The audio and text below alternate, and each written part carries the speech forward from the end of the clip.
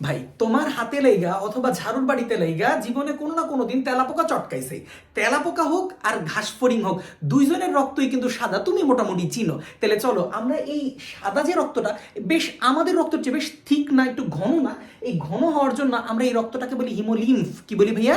Haemolymph. ভালো কথা। হিমোলিম্ফের মধ্যে মেইনলি দুইটা পোর্শন আছে, একটা হচ্ছে ভাই রক্ত রস, আরেকটা হচ্ছে ভাই রক্ত কণিকা। রক্ত রস আমরা বুঝলাম, রক্ত কণিকা আমরা একটু মনে রাখলাম। রক্ত কণিকা হচ্ছে ভাই হিমোসাইট, রক্ত কণিকা কি ভাই? হিমোসাইট। কুল। এবার দেখো আমাদের রক্তের সাথে ঘাসফড়িং এর রক্তের বেশ ডিফারেন্স আছে। এই ডিফারেন্সগুলো ভাই তোমার জানতেই হবে। প্রথমে চলো আমরা পার্থক্যের বিষয়গুলো নিয়ে একটু আলোচনা করি। যেমন ঘাসফড়িং এর রক্ত আর মানুষের রক্তের ক্ষেত্রে আমরা কি কি পার্থক্য পাবো একটু ইমাজিন করো। ঘাসফড়িং এর রক্তের প্রধান শর্করা কিন্তু ট্রেহালোজ, এটা একটা ডাইস্যাকারাইড। কি বলি ভাইয়া?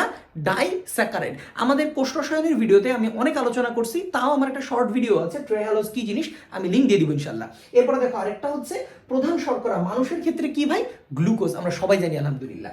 এরপরে দেখো মানুষের ক্ষেত্রে প্রধান স্নেহ কি আমরা মোটামুটি জানি, যদি আমরা কোষ রসায়ন পড়ে থাকি, এটা হলো ট্রাইগ্লিসারাইড। আর ওইখানে ঘাসফড়িং এর রক্তের প্রধান যে স্নেহ সেটা হচ্ছে ভাই ডাইগ্লিসারাইড। ভেরি ইম্পর্টেন্ট, মনে রাখবা। এরপরে দেখো প্রধান বজ্র, ভাই এই একটা পয়েন্টে তুমি ইনফিনিটি স্টার দিয়ে রাখতে পারো, স্টার দিয়ে পৌনপুনিক দিয়ে দিতে পারো, এটা এত ইম্পর্টেন্ট। ঘাসফড়িং এর রক্তের প্রধান বজ্র পদার্থ কি? Uric acid. আর মানুষের রক্তের প্রধান বজ্র পদার্থ কি? ইউরিয়া, আমরা জানি। তারপরে দেখো লাস্ট সোডিয়াম পটাশিয়াম অনুপাত কিন্তু ঘাসফড়িং এর ক্ষেত্রে একটু কম থাকে, মানুষের ক্ষেত্রে কিন্তু আবার সোডিয়াম পটাশিয়াম অনুপাতটা একটু বেশি থাকে। ভিডিওটা সেভ করে রাখো ভাইয়া, যাতে তুমি আরেকবার অ্যাটলিস্ট সময় পাইলে দেখতে পারো। পরীক্ষার আগে দেখে যাবে ইনশাল্লাহ, এই এমসিকিউ তোমার আর আটকাবে না ইনশাল্লাহ।